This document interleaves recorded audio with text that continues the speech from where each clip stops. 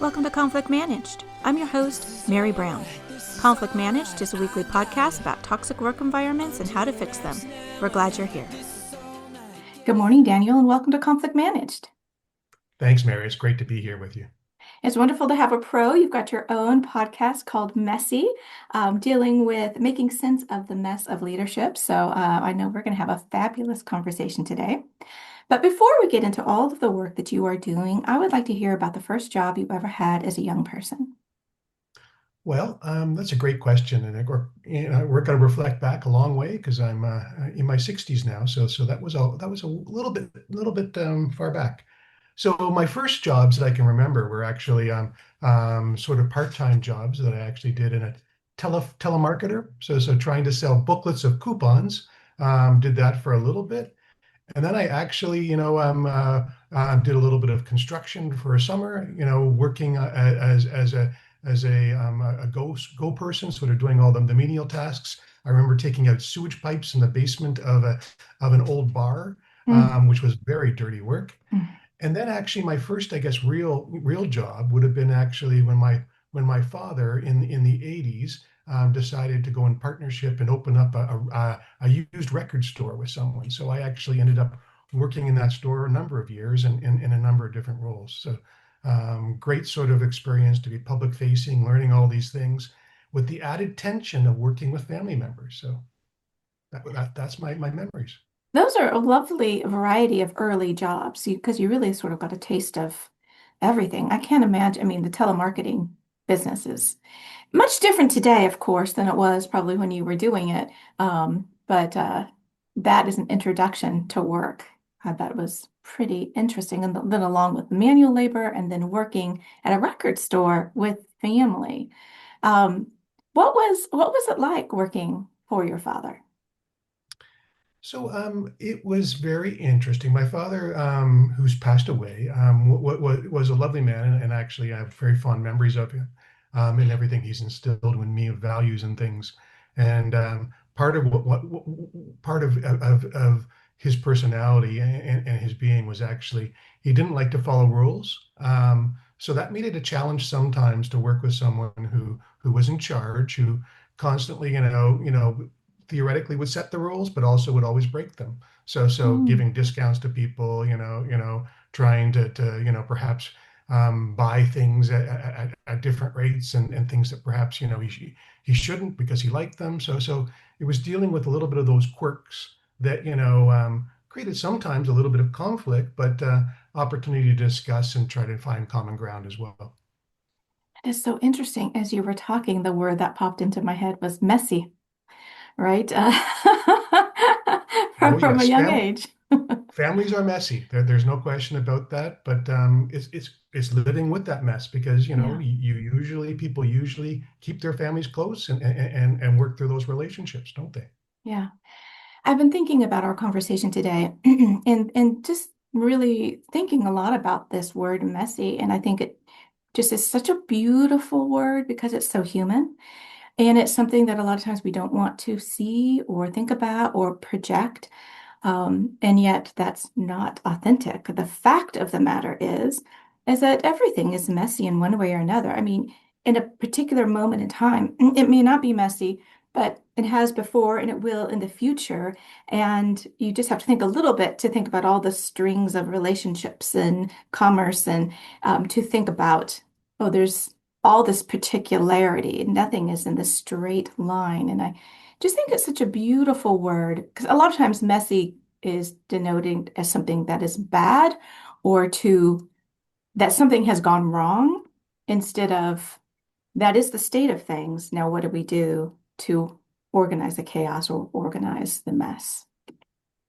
You're actually articulating exactly my view on mess, and I think a lot of my conversations with people are about how controlling things doesn't work. Actually, you need to actually more embrace the true nature of work, the true nature of life, which is actually acknowledging and living with that mess and realizing that that we're all told to control things, that you have that ability, but it's actually not really true in the real life.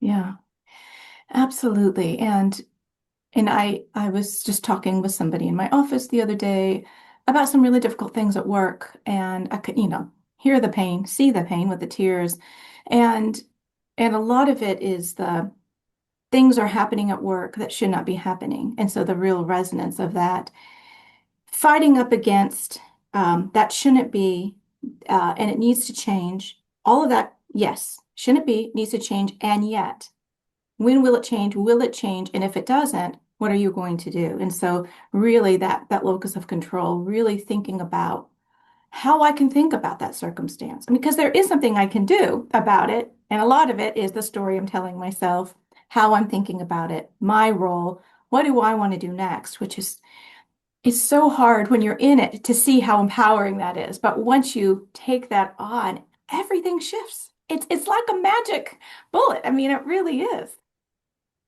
Absolutely, because the only thing we have control is actually our responses to things and our emotions, right? So we can't control others as much as we'd like to, especially coming back to family. Um, but we can control how we'll respond to the situation and how we'll adapt and the strategies we'll use to cope. Yeah.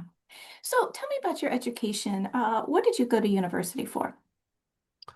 So I went to university in the 80s, and I was studying politics and philosophy. So I got an undergraduate degree in that.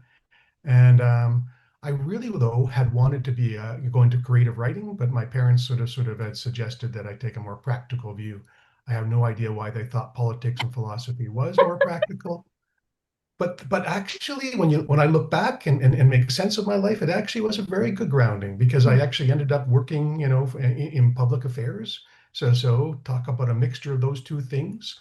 Um, and actually, I think those two things, really give you a good foundation for working in organizations as well. Philosophy, because it brings in that ability to ask questions, to be able to probe things without sort of coming to perhaps quick judgment, and then politics, of course, because everything is political. When you put two humans in a room together, let alone masses of them, you get politics. Yeah.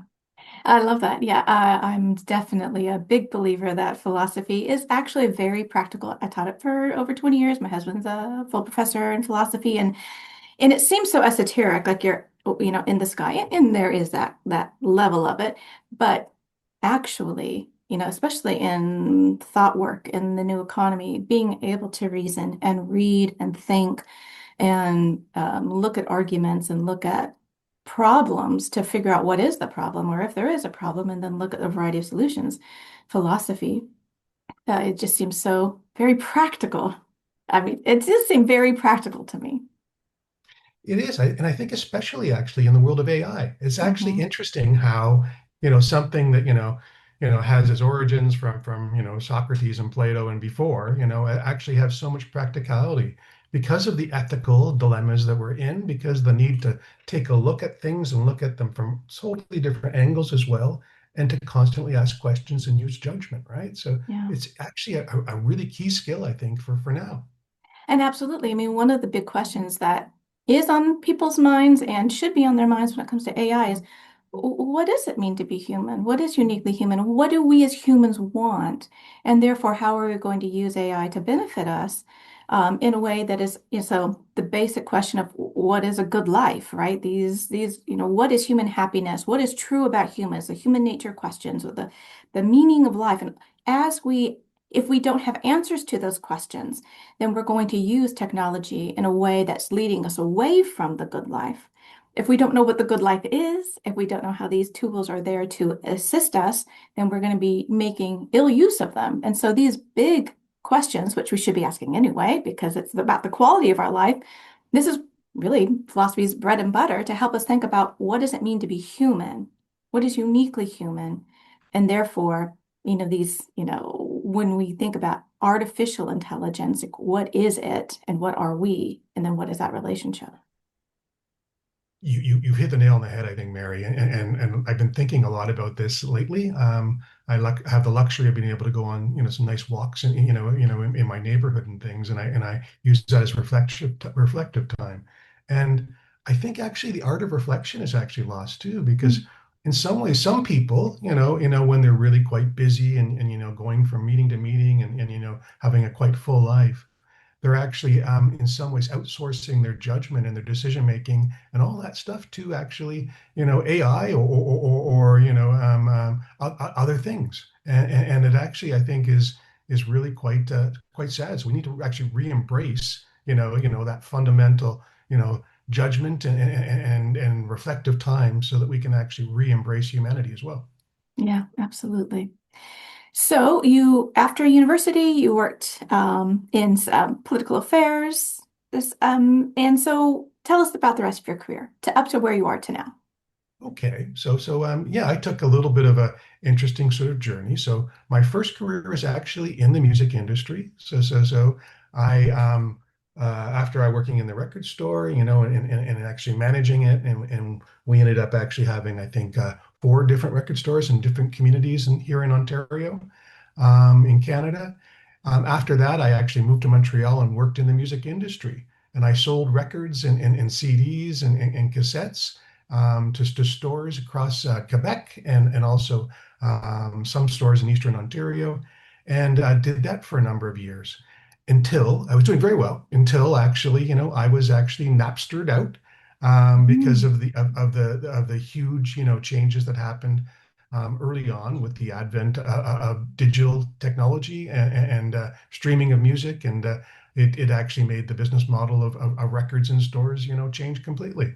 So came back to Ontario here with my metaphorical tail between my legs, and had to do a little bit of reinvention there.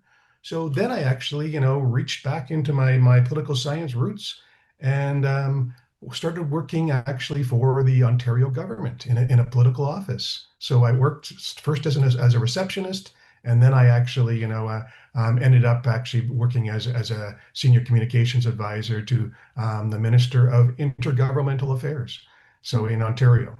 And after that, I decided that, after about 4.5 years, that I was ready for a change. So I was approached with an opportunity in the cooperative sector. So I worked for the cooperative sector for a few years. Ended up taking a sojourn from that around the year, 1999, 2000, and ended up working for a consulting company that was looking at how technology was going to change government and the way we interact with it. Interesting times in the year 2000. And then there was the dot-com crash as well. So that company actually had some challenges. So I returned back to the cooperative sector for a number of years, worked on a huge merger between two cooperatives. Um, and then I saw this very interesting position come up at a university. And this is about 20 years ago. I saw the position of Associate Vice President, Government Institutional and Community Relations at the University of Toronto. And I applied for it.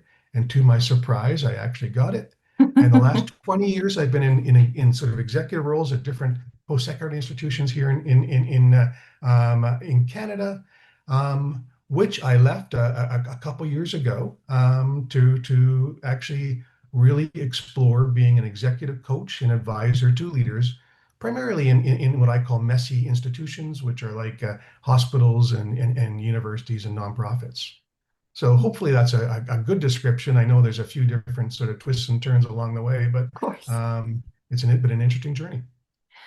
What an yeah, really interesting career. And it seems to have set you up perfectly for what you're doing because of the change that you've experienced. There's a lot of fear, of course, that people are experiencing, a lot of uncertainty, wondering if the field that I'm most familiar with is higher ed, you're wondering if jobs are going to be taken away, outsourced, so on and so forth. And you have had that happen to you. So it's one thing to talk about it from the outside, like this is what we do, this is how we help people through change.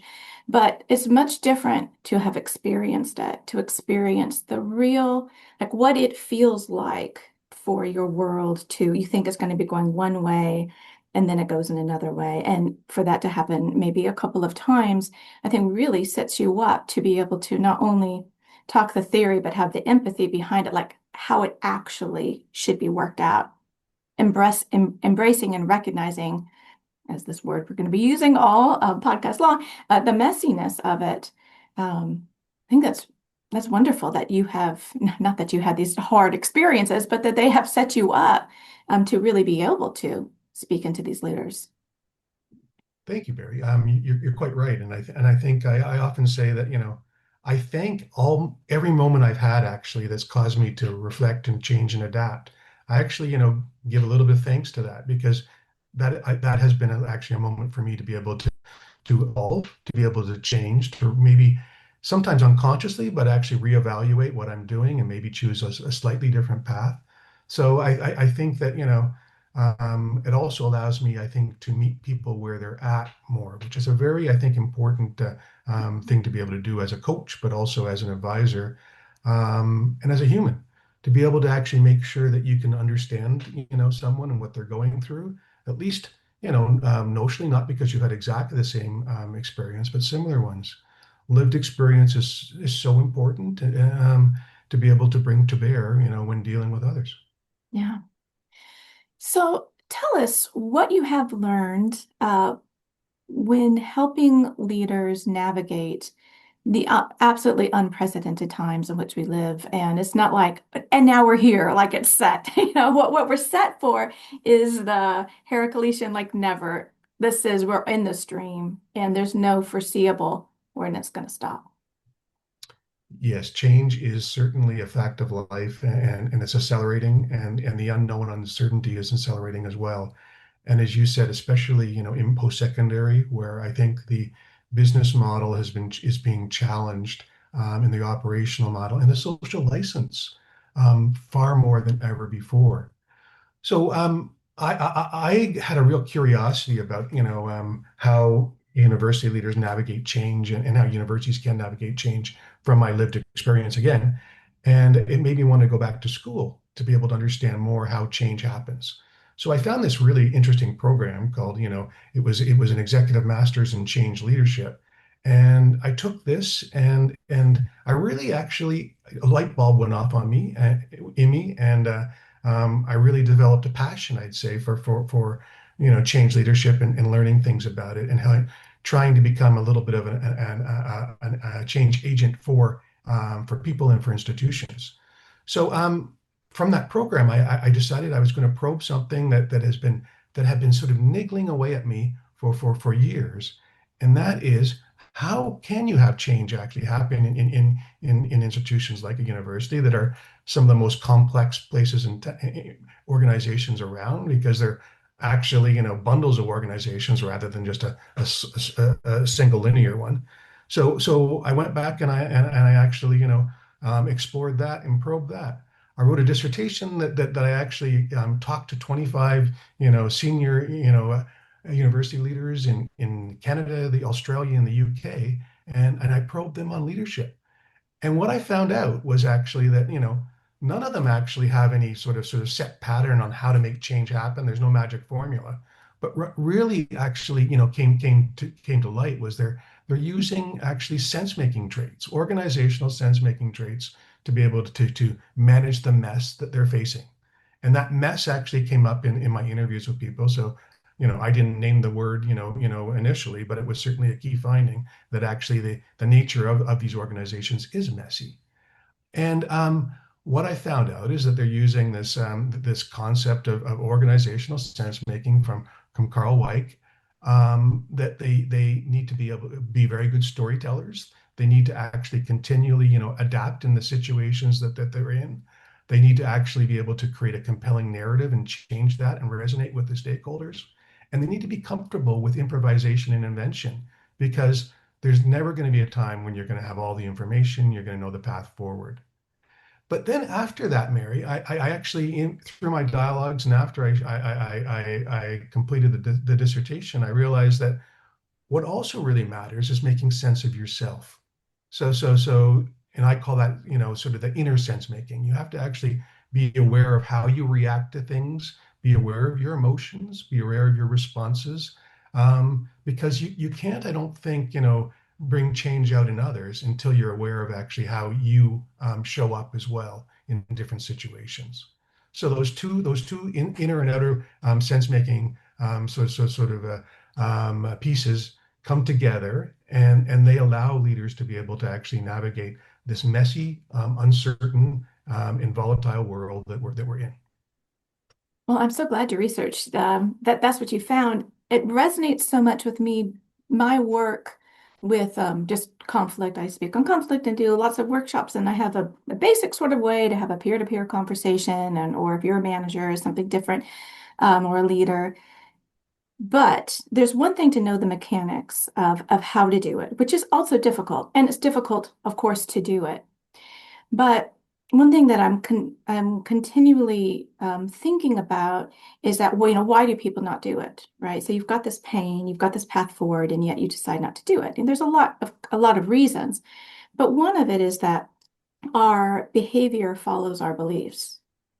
And so if I'm not converted to the truth, or if I don't believe that I'm the problem, or I don't believe whatever it is I believe is how I'm acting. And so that whole inner reflection of the leader, to have this alignment of what they're actually doing with what they believe that they are doing, or what they think they're supposed to be even doing, right? A lot of people at work don't even know, what am I actually doing? What are we all doing together? And if we don't have that narrative, that sense-making narrative, well, then I'm on my own. I'm on my island. I'm trying to get my work done. I'm trying to get a promotion, right? And then you just have all of these silos. And so that idea, that internal sense making, um, aligns with what I've been thinking recently a lot about our beliefs, and how do we get those beliefs. And I think a lot of them is having someone like a coach to be able to see what we don't see. I mean, if I could see it, then I would be acting differently, or, you know. So true, so true. And I think having someone, whether it's a coach, whether it's a mentor, or even a colleague, or sometimes a journal can help as well, to be able to actually, do more reflection, understand, your innate biases, because we all have biases that are created from, as you know, from our childhood, from experiences, from school, and all these different things. And if we can uncover those a little bit and understand that they're there, sometimes we can't get rid of them, but we can actually understand that they're there, so we can actually adapt as well. So I think, you're right. Paying more time, asking questions, and thinking more deeply about how you show up again is going to be key, because that's actually crucial when you're actually then interacting with others, and there may be conflict, there may be, dialogue, to be able to come to common positions. Knowing who you are, what you're standing for, is essential to be able to use as a foundation. Yeah. So let's talk a little bit about conflict, and your own journey with dealing with conflict at work. When you were younger, in your early professional days, how did you deal with conflict when it came up at work? And is it different now, how you would deal with conflict? Yeah, and I was reflecting on this as well in advance of our conversation, Mary. So thanks for giving me that opportunity and that gift of a good question too. Um, so early on, I would say I'm a middle child, and I say that because in my role, as a middle child, I was a little bit of the peacemaker. So always trying to find the peace between different sides, between my siblings, trying to find the path forward in the family. And I realized that I didn't like conflict, and so I always thought I needed to resolve it. Sometimes before it actually there was a productive conversation, or that there was something achieved from that conflict, or uncovering the real reasons for that conflict. And I recognize a lot of my mother in that, because my mother actually has always hated conflict, and sort of shied away from that, and she still does at the age of 91. Um, but then at work, it showed up, I think, in similar sort of ways, where at first I didn't like conflict, and I would always try and maybe I'd give in if someone was actually a little bit conflicted. I'd avoid it if I saw it in others as well. I just would avoid it, and try and move forward. And then later on, when you're in positions of leadership, your conflict is actually necessary, and you actually have to actually bring it out. You have to understand the rationale behind it. It actually, again, shows, and it's an important data point that actually shows that there's something that's important to be dealt with. And I think it can be a very productive thing, and but it actually requires a little bit of courage to be able to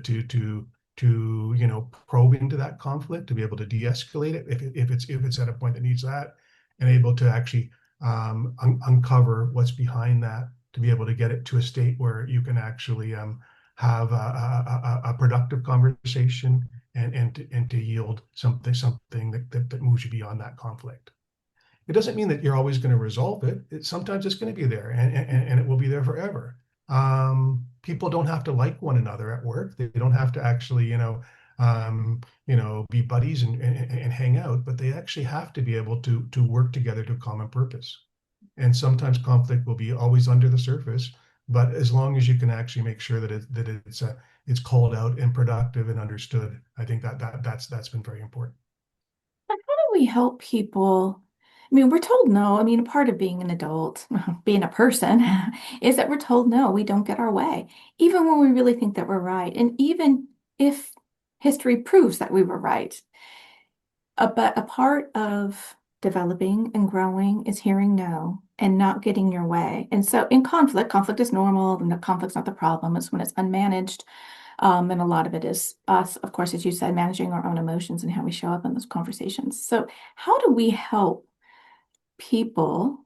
How do leaders help the people that they are leading deal with disappointment, deal with trying to hear them or hearing them, but maybe the other person doesn't receive it. The other person doesn't like the direction. Deal with not getting their way. So I think dialogue, in different stages and over a time period actually is very important to this.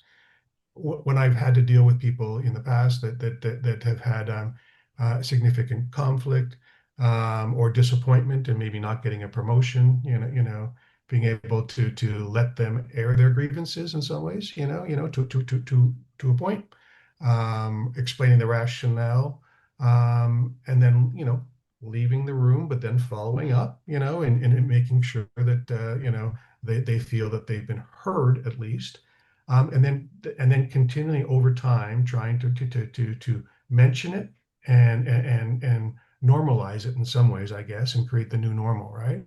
I think that's so important. I've been in other situations where I've seen leaders actually have a conflict, and something, blows up, and they actually would, the leader, who's the most senior person in the room, would actually walk out and actually Mhm. leave that conflict alone, and just hoping that it's going to actually solve itself. That's never a good strategy, because that means that you have actually this these two polarized positions, with the tension that's not productive as well. So you need to be able to find a way to be able to turn that tension into something a little bit more productive, rather than having sitting there and fester and be under the surface. Mm. I really appreciate that response. I was looking at your LinkedIn page and some of your posts, and I think your most recent one was about I see you, right? We have this Mhm. loneliness epidemic, and everything you said in the first response is a way to see colleagues, to see the people around you.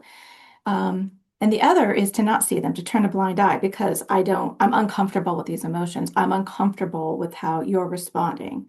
Um, and so I think it's so important to see the other, right? So you want to move offices and you've told me your reason. I don't think it's important. No, I move on, right? If I don't ask that, well, what's going on here? Oh, tell me about your need, and spending that little bit of time to see the other, to see. And the thing is, what you get back so much time because you get back engagement and loyalty and creativity and the collegiality instead of maybe this older style way of thinking about being a leader where I take in this information, I've got my reasons, or it doesn't make sense to me, therefore we're not doing it. Instead of spending, as you said, that time to articulate and have that dialogue and then keep it going in an appropriate time and a manner to see the other person. I think that was a really good example of what you posted that we should be doing. Well, thanks so much. And it's actually something that I'm trying to get better at. It's, we're never, I'm trying to really try and see people, because I do feel that, especially with technology and with people's attention being constantly grabbed by their devices, by other things, by their busy lives, that we're actually missing out on really seeing people anyway. But I think you're right. Seeing people and meeting them where they're at, as one of my podcast guests would say, is very, very important because you don't know unless you ask questions where a person's at as well. You don't know what's behind, somebody may have had a death in their family. They may have had a really, challenging situation with a child, right? They may have had an accident on the way to work, right? So they may have had a storm in their community that's actually creating havoc with a flood in their basement. You just don't know where people are at unless you actually inquire and actually, engage and show curiosity in someone else, unless you see someone. And I think that that's just such an important part of life. And as you say, Mary, you get something back actually once you do that too. You get a stronger relationship. You get, I think, a richer experience as well. You understand more too, and you learn something. And I think that that's so important as well. You know, at universities in particular, leadership is so relational because you often don't have actually any sort of a power or even formal relationship, perhaps reporting relationship with a lot of people you're working with. So it all becomes relational. And I think that's far more what we're seeing actually in the world at large is relational leadership is extremely important rather than the old archetypes of, controlling information and, doling it out and I'm the boss and all these things. So I think it's a big change. Yeah. And I think a change for the good. And as you were speaking, I was also thinking about this reciprocity. I could imagine a leader thinking, well, now I've got to be a mind reader. I've got to constantly be thinking about what's going on with other people. That's exhausting. But it seems that we can also empower the people around us and expect for them to speak up. If something is going on, it is your responsibility to speak up in the right way at the right time professionally. There's a problem with oversharing. There's a problem with undersharing, right? And so, but then help people figure out in this organization what is too much and what is not enough. And we do that again through dialogue and through modeling, right? So the leader can be there modeling what is that, what are those best practices, and using that sort of language of, I want to know what's going on, but I'm not a mind reader, or whatever it is that is going to speak into the group that they've got around them. But each person, as they show up as a professional at work, needs to think about, why would this other person know that my mother just got this diagnosis, or that my basement flooded, or that we've got this new system and I'm just drowning? A lot of times the narrative is, well, they should know, or they should ask, or they should see the look on my face. Okay, well, whether or not they should, what about you? How do you want to show up? What do you want to feel like at work? And therefore, what do you need to do to have those relationships? That's a great way of framing it, I think, because we make assumptions all the time about people, right? We know that there's, we act on autopilot with so many of the things we do. And I think sometimes you have to turn that autopilot off or actually check and recalibrate so that you make sure that you actually are engaging things rather than doing these rote responses and going through your day based on your learned behaviors and things like that.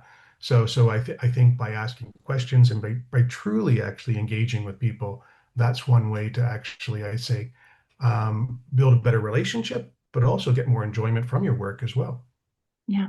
Happier people typically perform better, right? And they're going to stay around more, and you're going to get their creativity, and they're going to tell you what actually went wrong and what they really heard and the new thing they learned at the conference and all of that, right? When people feel like they know the why of what they're doing, right? So we've got this narrative in which we are working towards and the reason why we're doing this and not that. So giving people all this information instead of, you do this, why, without even the why of it, right? And so you get all this more engagement and enjoyment because we are at work, for so much of our life. Let's enjoy it. Absolutely. Let's not just feel something to get through, or to look at your pension statement, or and see when you're actually going to be able to leave the place.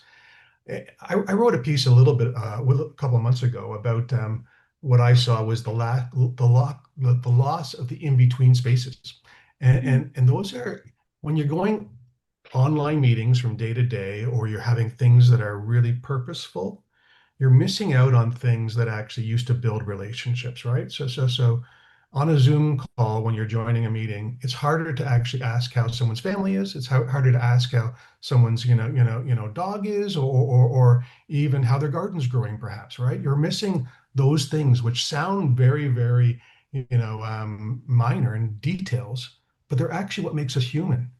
And we're missing the water cooler conversations. We're missing actually, talking to people at checkout lines even, right?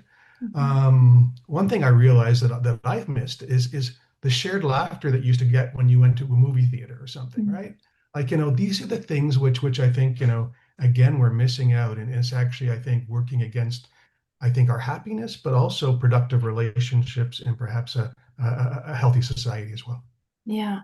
Oh, absolutely agree. Again, back to this question about how do humans really work? What's really true? If we're not just, automation, input in, input out, you've got this thing to do, do it. I mean, very few jobs are like that. And even then, we still have there's still humans who are doing these jobs. And so um, we need to really understand how relationships are built or how innovation comes about. And so you made a comment earlier in the podcast about being so busy, the leaders are so busy, or we're so busy meeting to meeting to meeting.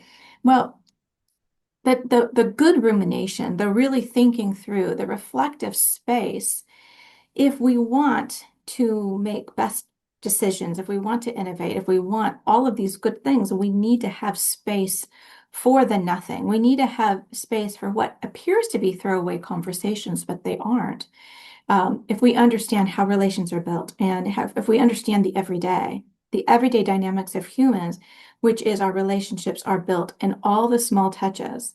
When I walk into the office or I get on the Zoom or whatever it might be, what is the other person's, what is their body language? Am I greeted? Am I wanted? And in what way am I wanted?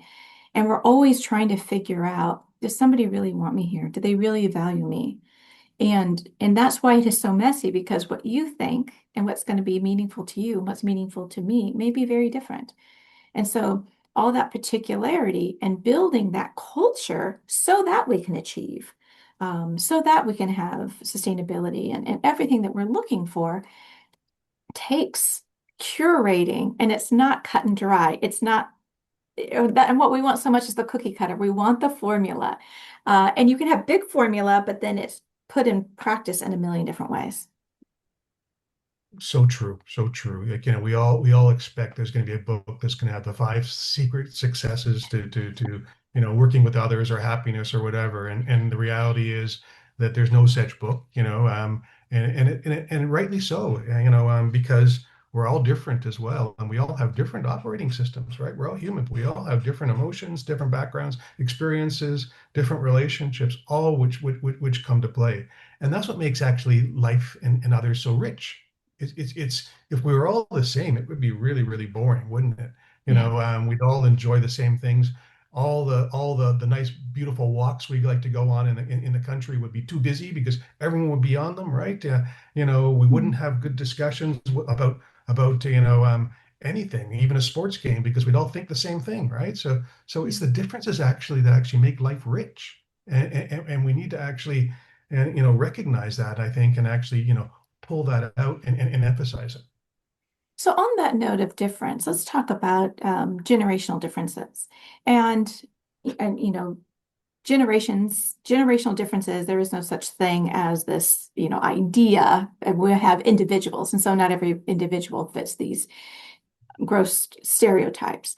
And yet it is the case that we've got in at work, we've got people who are in their teens, people who are sometimes up into their 90s. I mean, and with the shifts in technology and the shift in culture, the shift in communication over the past 50, 60 years, these huge shifts that have happened. And so we have, people, uh, all these different people at work, these multi-generational individuals.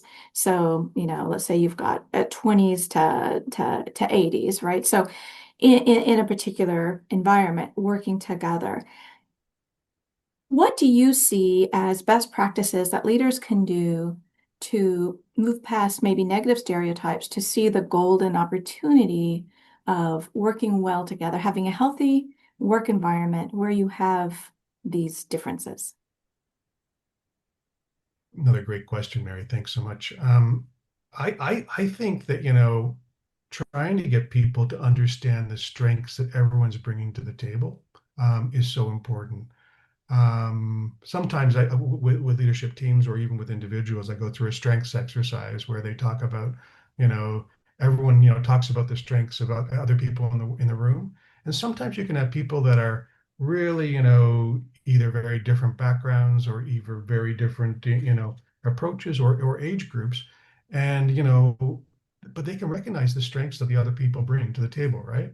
And calling that out, I think, and naming it, so both parties can hear it is so important. So I was at one place where talk about conflict. There were two individuals that were very different backgrounds, and they didn't see eye to eye at work, and there was constant sort of interruptions and challenges there.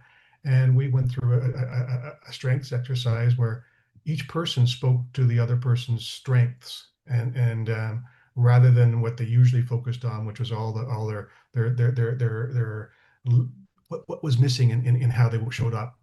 And it was actually a very beautiful thing because actually you could see almost tears form in each of them, each of their eyes, because they were being told something they hadn't heard, and especially from someone who they perceived as the enemy or an adversary. That all of a sudden actually created some common ground and an opportunity for a discussion, an opportunity again to come back to being seen, right? Yeah. So I think again, it's actually seeing the benefits that people bring from their different diverse, age groups, their positions, their experiences, and actually recognizing that everyone has something that's actually really valuable that they can bring to the table. And together, you can pull this together and make a very interesting jigsaw puzzle or quilt or whatever your analogy is. I really appreciate that because I think when we look at strength and we're starting from a place of camaraderie or goodwill, then we can take a look at the things that aren't working, right? And so, the common complaints that people have about work ethic or being out of touch or whatever it might be, if I feel like you're not against me, if I feel like you value me, then these other kinds of conversations will not be as fraught. Maybe we can remove some of the what's emotionally charged to look at how are we going to solve this together? How are we going to see what is the right path forward at this time and why?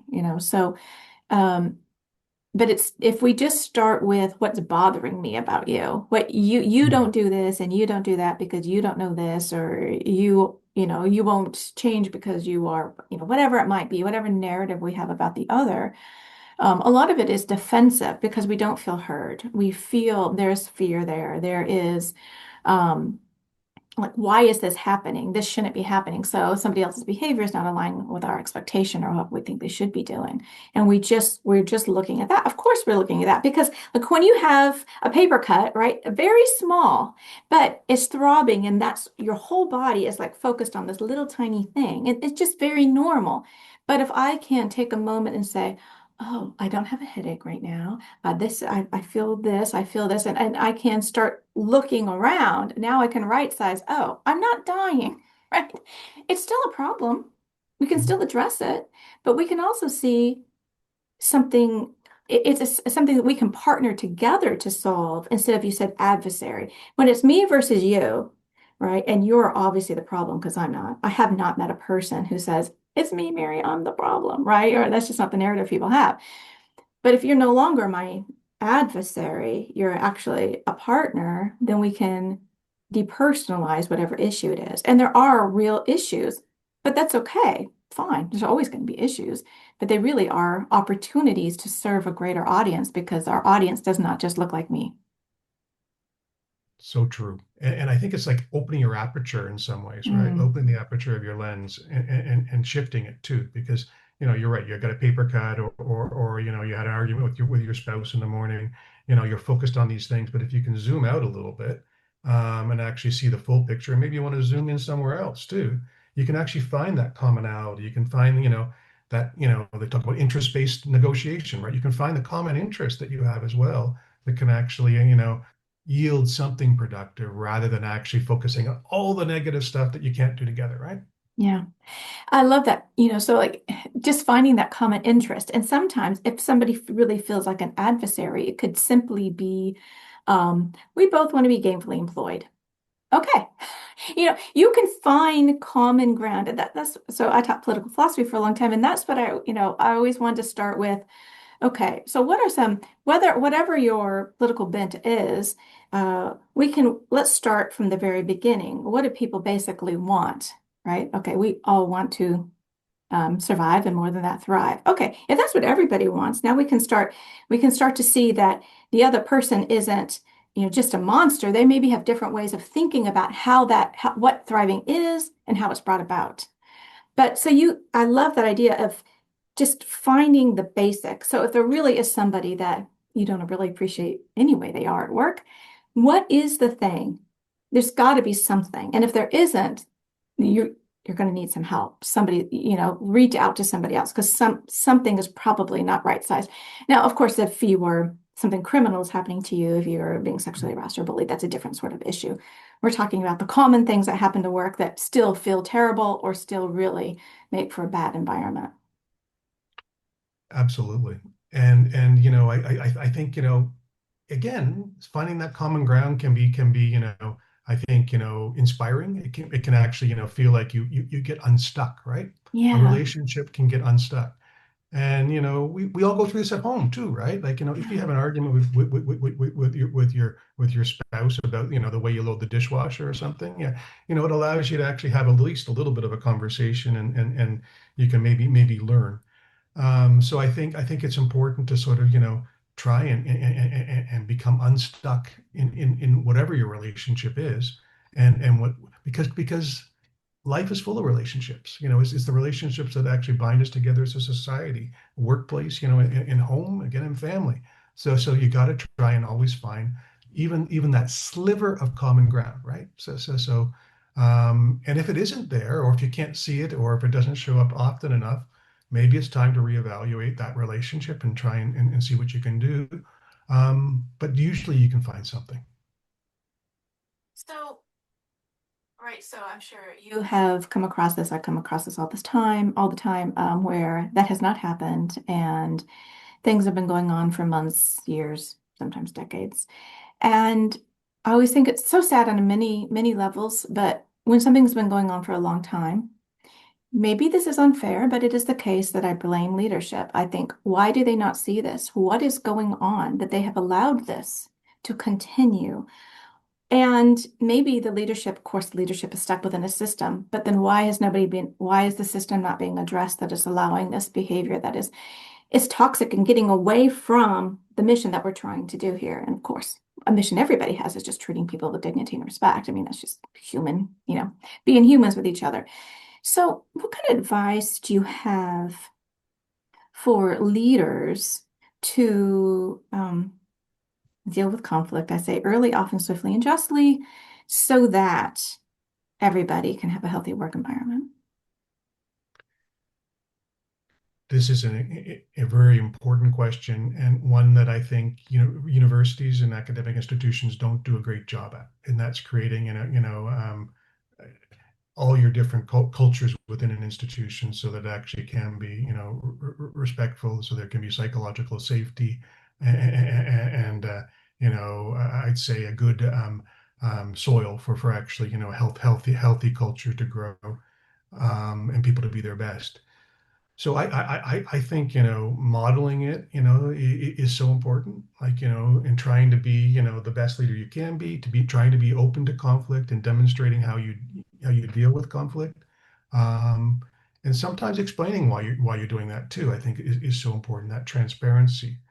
Um, I think trying to call out when possible, you know, in a safe environment, you know, those things that exist. So if you have, like, you know, an HR policy or an HR group, or sometimes you need to go to an ombudsperson or something to be able to actually achieve that.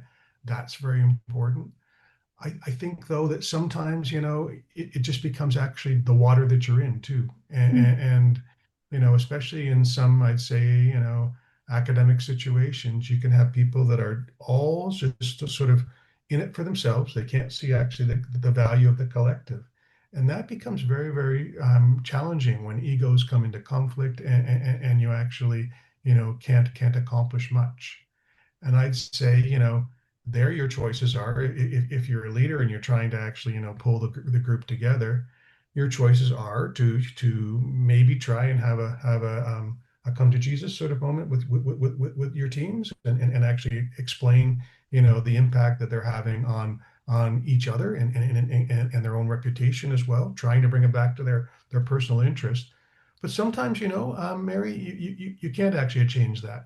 You don't have any control. So sometimes you actually have to make your decision to find another opportunity too. You Mhm. actually have that, you owe it to yourself to try and be happy, to actually try and have a more productive life. And sometimes you actually have to make that choice too. Yeah. Absolutely. And I think that's the wonderful thing about conflict management is that it is about personal empowerment. As soon as I decide I want something different, I don't want to be in this anymore, then you are no longer in it, right? You can start making those changes, whatever they may be, whether it's letting go of what should be and accepting what is, deciding what it is that you want to do next. And sometimes that's leaving.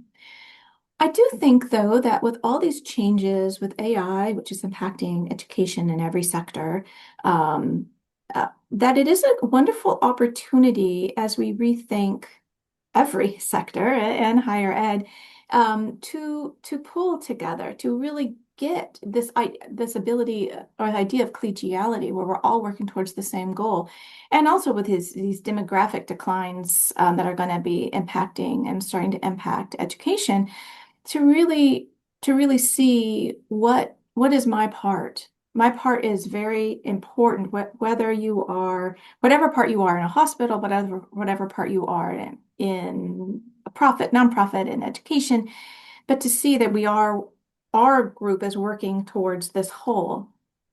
And in order to do it, we may have fewer resources and fewer people to do it too. So how can we speak into each other? How can we make it so that we attract and retain the best talent?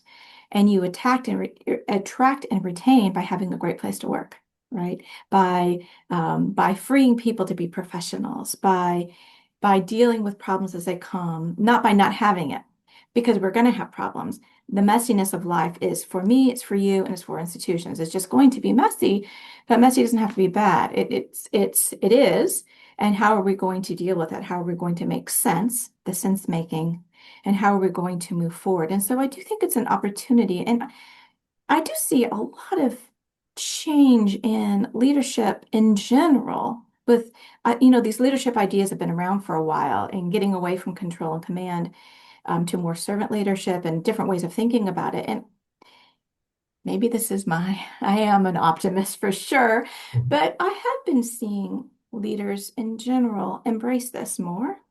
Um, I want to see it more trickle down to middle management, but I think that is on its way. I think middle management needs coaching, needs training, needs because they're dealing with the massive people in the organization. I think we're doing great with the CEOs, the C-suite. I think we need to do much more with the middle to get that message to that healthy work environment for all the people in the organization. Yes, and I think for the middle in particular, actually it's on all levels, but the middle in particular, to recognize that you are not your job, right? Like, that what Mm, you're doing, yes, it's important, and it's necessary, but it's not who you are. yeah. And especially at times of disruption, realizing that is so important because your job is likely going to change the next few years. Maybe what you're doing is going to be integrated with another part of the organization. Maybe, technology is going to change it significantly. So try and detach yourself from actually, that position that you're doing right now, and recognize that you're going to have to actually probably learn new skills. So embrace that, embrace a learning sort of mindset, embrace improvisation because if there's anything we need, in 2026, that's the ability to improvise. I think, embrace again, curiosity and the ability to probe and ask questions and realize that, change is actually, a part of life. So recognize that, you may not like it, but change is part of life. And all that means that, again, try and enjoy that mess, because if you don't, your action, you're probably going to be driven crazy, or you may be left behind as well. hmm And as you're thinking, I was thinking about generations at work and younger generations, Gen Z, that move around jobs more than like Gen X or baby boomers, obviously. And there's something really wonderful to learn that healthy sense of detachment. So instead of being identified with a particular job, but being a professional, like who am I as a professional? And I might have this job at this time. Um, it's possible I have it for another 20 years. It's unlikely. So who am I as a professional? What kind of life do I want to have? How do I want to show up? What kind of life do I want to have? How do I want to invest in this organization? What's going on in this organization? Which can really, I think, give you a kind of sight to see what is problematic and maybe call that out sooner, which is good for you and everybody else, right? And I think older generations can learn that as well. Like, what does it really look like to to be to be a professional person in 2026? And I think that healthy sense of detachment is what I hear you're saying, of being a professional, but embracing the fact that change is here and being ready for whatever that might be. This whole idea of, being agile, the word I think is overused, but it's such a beautiful word as well. It is. And you're right, being agile for what's next, I think is so important. I realize that, perhaps I see things differently too, because I have switched jobs and roles pretty often. So the longest I ever worked anywhere, Mary, was 7 years. Hmm. So and I loved coming to a new organization because I could bring into a new lens, a new perspective. I was usually actually brought in because of that, because I could actually bring in that new perspective and perhaps ask questions and reshape things. A lot of startup roles in organizations and starting up a new sort of area and things like that. And I think that's so important. And I think that sometimes, it's not valued sometimes by the people that have been there, for decades. Um, and you're not seeing it as one of us, whatever. But I think it's so important to be able to have that sort of fresh air come in, a new set of eyes. Not to be able to wreck things, but to be able to build on things and adapt, right? Mhm. And I think that can be learned in roles too. And I think we need to do Mhm. a better job of actually teaching people, even who have been there for decades, about that they can change and they can actually look at their job differently too. I think I always believe that people can change and have the ability to adapt. I've often been surprised by people who people say that that person's this way, this is the way they are, they're, as if they're black and white caricature. And actually, no, you can't actually, people can't change if you give them the right feedback, the right conditions. They can develop in a very different role. And I love seeing people who are able to do that after perhaps a decade or two in a role, being able to change as well. Yeah.